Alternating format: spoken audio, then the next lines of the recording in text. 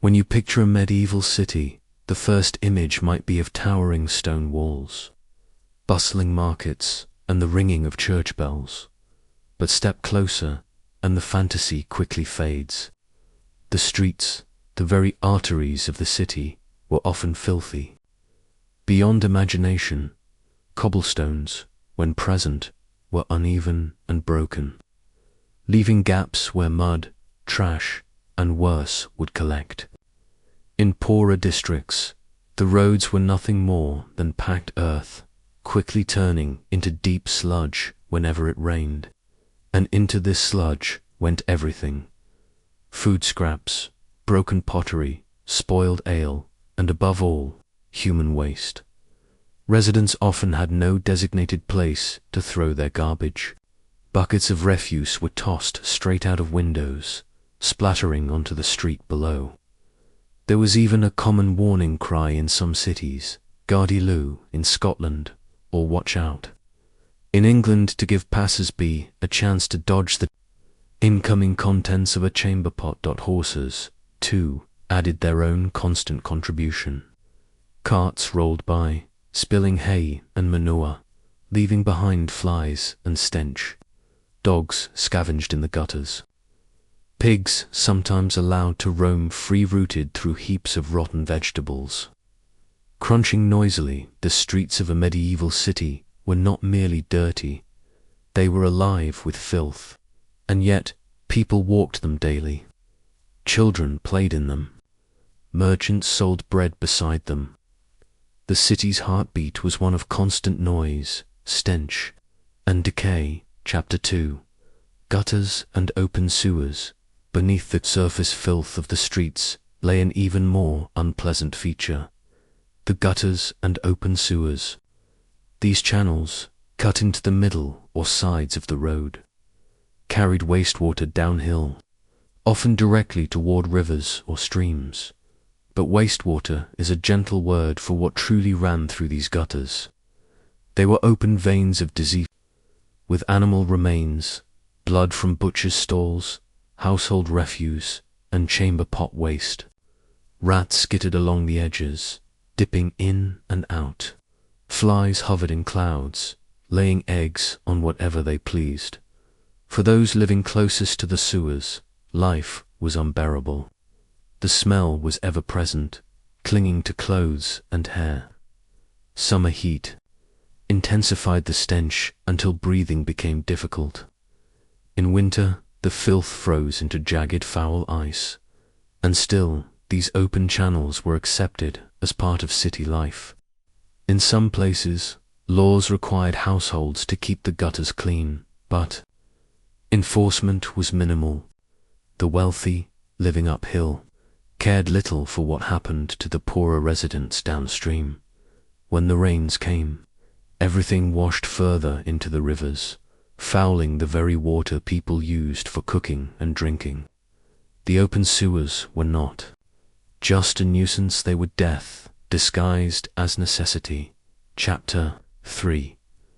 The Butcher's Quarter. If one area stood out as the filthiest in any medieval town, it was the Butcher's Quarter. Meat was essential for survival, yet the process of preparing it was anything but clean. Imagine narrow streets lined with wooden stalls, carcasses hanging from hooks, dripping blood onto the stones below. The smell of raw flesh mingled with smoke. From open fires, stray dogs and cats prowled constantly, snapping at scraps. Butchers worked with bare hands, knives, and wooden blocks. Hygiene was not a consideration. Offal, the organs, fat, and scraps nobody wanted was dumped into nearby. Gutters' blood flowed freely into open drains, mixing with the city's refuse. In summer, the stench was overpowering. Swarms of flies covered every surface. Customers swatted them away as they bargained over cuts of meat. Disease thrived here. Small wonder that outbreaks of illness often traced back to such districts. Yet people depended on these butchers. Without refrigeration, meat had to be eaten quickly. Many ate it still warm, fresh from the slaughter. For the poorest, spoiled cuts sold at discount were the only option. What was disgusting for one class was dinner for another. The butcher's quarter was both essential and appalling, a place where survival and squalor lived side by side. Chapter 4. Tanneries and dye pits. If you thought butchers' stalls were bad, the tanners' yards took filth to another level. Leather was vital for belts, shoes, saddles, and armor. But preparing hides was one of the foulest jobs in medieval society. The process began with soaking animal skins in vats of urine or lime to loosen the hair. Workers stood knee-deep in these liquids, stirring hides with their bare arms. Afterward, the hides were scraped clean of flesh and fat with crude knives, the stinking remains tossed aside. Then came the dye pits, vats filled with colored solutions, often mixed with ingredients like fermented plants. Or worse, animal dung were used to stain the leather. Workers leaned over them all day, inhaling fumes that made their eyes water and their lungs burn. The tannery district reeked so badly that many cities forced it to the outskirts. Travelers would know they were nearing a town not by seeing its walls, but by smelling the foul air of the tanneries drifting on the wind. Yet leather was indispensable, and so the work continued. Those who toiled there were outcasts in many ways, down upon for their smell, their poverty, and the stain of their trade. Still, without them, daily life in the city would fall apart. Chapter 5. Public latrines and privies. Finally, we come to one of the most dreaded spots in the medieval city, the public latrines. These were communal toilets, sometimes nothing more than a wooden plank with holes, perched over a pit or a running sewer. Privacy was non-existent. Men, women, and children might use the same facilities. The smell was overwhelming, and maintenance was rare.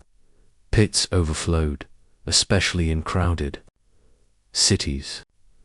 When they did, the waste seeped into nearby basements or streets. Some larger cities experimented with more advanced systems, latrines built directly over rivers, for example, but this only shifted the problem downstream. Rivers became open cesspits, breeding grounds for disease. The wealthy avoided public latrines entirely, relying instead on chamber pots. Servants carried these to be emptied, often dumping them straight into the street or river. For the poor, however, the public latrine was unavoidable. The air was thick with flies, the wood stained and slippery. And yet, this was a necessity of life. People used these places daily, holding their breath, praying to finish quickly, and hurrying away. In many ways, the latrine summed up the medieval city: unpleasant, unsanitary, but unavoidable. A place where human need and human neglect collided in the most pungent way imaginable. If you wandered through the medieval city in the early morning, you might hear the cries of fishmongers before anything else. Their stalls clustered near the riverside, where boats brought in the daily catch. Fish was a staple food for much of the population, especially on fasting days when meat was forbidden. But the fish market was no clean or pleasant place. The catch was laid out on wooden boards, sometimes still wriggling, more often already beginning to spoil. With no ice and no means of preservation beyond salting or smoking, freshness faded quickly. By midday, the air was thick with the smell of decay.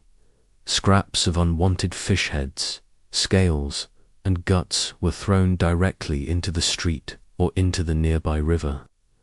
Cats prowled the stalls, mewing loudly, while gulls and crows fought overhead for scraps. The gutters filled with fish, blood, and brine, flowing past the feet of buyers. The people who sold fish worked quickly, shouting over each other, their aprons stiff with salt and stains. Flies gathered in clouds over the stalls, settling on both the fish and the faces of the vendors. For the city's poor, these markets were both salvation and misery, offering affordable food, but also spreading illness when spoiled fish was eaten out of desperation. The fish markets embodied a truth of medieval life. Survival required compromise. Freshness was rare, cleanliness rarer still, and yet the trade carried on, day after day. Under the unblinking eye of the sun. Toch Chapter 7. The tannery's neighbors. The tanneries were bad enough, but what about those who had to live nearby? In many towns, whole neighborhoods were forced to exist beside these foul-smelling industries. Cloth dyers, too, shared the same districts, their pits filled with strange, pungent brews of plants, minerals, and, at times, urine or manure. The air here was heavy and acrid. People described the smell as so penetrating that once it clung to you, it never left. Clothing, hair, even skin seemed to absorb it. Houses near the tannery often sagged with neglect. The constant damp from soaking. Pits rotted timber and stone. Rats thrived in the discarded scraps of flesh and fat. Water wells were poisoned by seepage, making the simplest act of drinking dangerous, and yet rents in these districts were cheap. The poorest of the poor lived here, enduring the stink because they had no choice. Families grew up among the stench, children playing in alleys beside piles of discarded hides. These neighborhoods were a reminder that filth was not evenly spread. The rich could afford to live uphill, where the air was cleaner, the water fresher. The poor lived with the worst of the city's smells, condemned by poverty to breathe its poison every day. Chapter 8. The tannery's rivals, the dyers, if leather workers, made life unbearable. The cloth dyers gave them close competition. Textiles were vital for clothing, and dyeing was a thriving trade. But the process required vats of chemicals and natural matter that smelled as bad as they looked. Dye pits bubbled with mixtures of fermented plants, crushed insects, ground minerals, and pungent liquids. Workers stirred them constantly, dipping heavy cloth in and out with poles. Their hands were permanently stained, their clothes ruined. The smells of these pits carried far across the city. Fumes stung the eyes, and the wastewater colored red, blue, or yellow was dumped straight into streams, turning them into flowing rainbows of filth. Children sometimes splashed in these waters, unaware of the dangers. Animals drank from them too, spreading illness further. For those who wore the brightly colored cloths of the wealthy, there was little thought of what had gone into making them. Beauty came at the cost of filth, hidden away in the dye yards at the city's edge. Chapter 9. The city rivers. At the heart of many medieval cities ran a river. It was the source of life, providing water for cooking, cleaning, brewing, and even drinking. But it was also the final resting place for much of the city's filth. Chamber pots were emptied into the streets, and gutters carried the waste downhill until it reached the water. Tanneries and dye pits dumped their refuse into it daily. Slaughterhouses let blood flow freely into its current. And still, people came with buckets to draw water. Rivers near cities often ran thick and sluggish, their surfaces covered with foam and scum. In the summer heat, they stank so badly that travelers wrote of being unable to breathe as they crossed bridges. Yet the river was indispensable. Washerwomen beat clothes against its stones, children splashed at its edge, brewers fetched it by the barrel to make ale. The poor, who could not afford beer or well water, drank straight from it, no matter how foul it seemed. The river, more than anything else, was a mirror of medieval life, necessary, polluted, and unavoidable. A place of beauty and death at the same time. Chapter 10. The graveyards and plague pits. Finally, we come to the filthiest of all places, not for stench alone, but for what they represented. The graveyards, churchyards, in medieval cities were crowded far beyond their limits. Graves were shallow, often reused.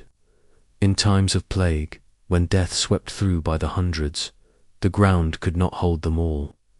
Bodies were stacked in pits, covered hastily with earth. The smell of rot lingered in the air for weeks. Mourners came and went, treading over ground that shifted underfoot. Dogs and vermin dug at the edges. Rain washed the soil away, revealing bones. And yet, life in the city continued. All around, markets traded nearby. Children played in the shadow of leaning tombstones. The graveyards were not just places of rest.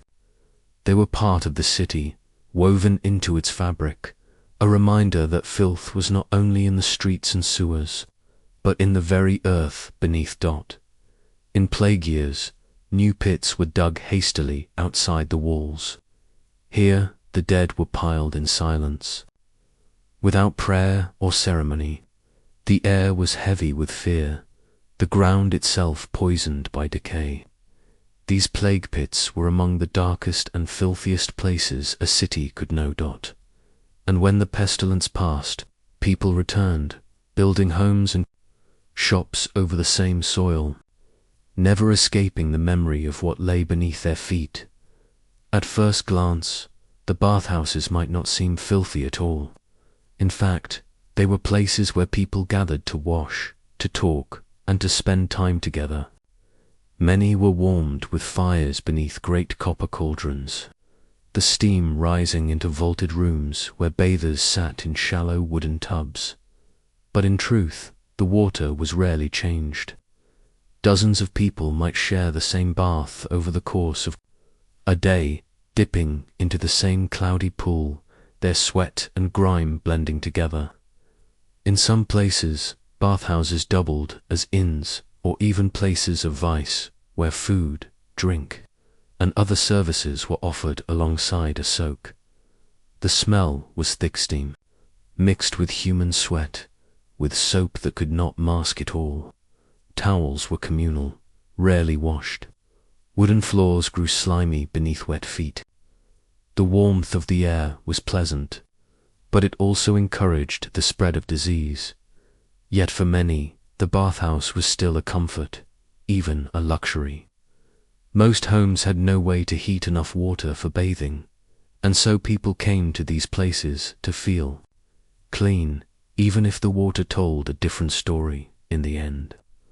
The bathhouse was a strange contradiction, a place meant for cleansing, but also a gathering place of filth, where sickness could be passed as easily as conversation. Chapter 12. The streets themselves. We end where most journeys in a medieval city began, with the streets. They were narrow, winding, and alive with noise, but they were also, in many ways, the dirtiest places of all. There were no pavements in most towns. The ground was packed earth or broken stone, churned to mud when it rained, to dust when it was dry. Waste was tossed from windows, landing where it fell. Pigs, dogs, and goats roamed freely. Snuffling at scraps, merchants set up stalls right in the streets, their goods displayed only a few feet away from piles of refuse. The air carried a mix of roasting meat, rotting vegetables, smoke, dung, and unwashed bodies. People became used to it, but travelers often wrote of their shock when first entering a medieval town. At night, with no lamps but the moon, the streets became treacherous. Carts left ruts, holes filled with stagnant water, and thieves lurked in the darkness. The mud clung to shoes and clothes, carried into homes, onto beds, into every corner of daily life, and so the streets themselves were not just passages through the city, they were the very veins of its filth. Every other dirty place we have visited, the markets, the tanneries, the graveyards, flowed into them. They collected everything, and they gave it back to those who walked their paths each day. To live in a medieval city was to live surrounded by dirt, disease, and decay. Yet it was also to live in a world full of resilience where people endured, adapted, and even thrived amid the filth. For them, it was simply life.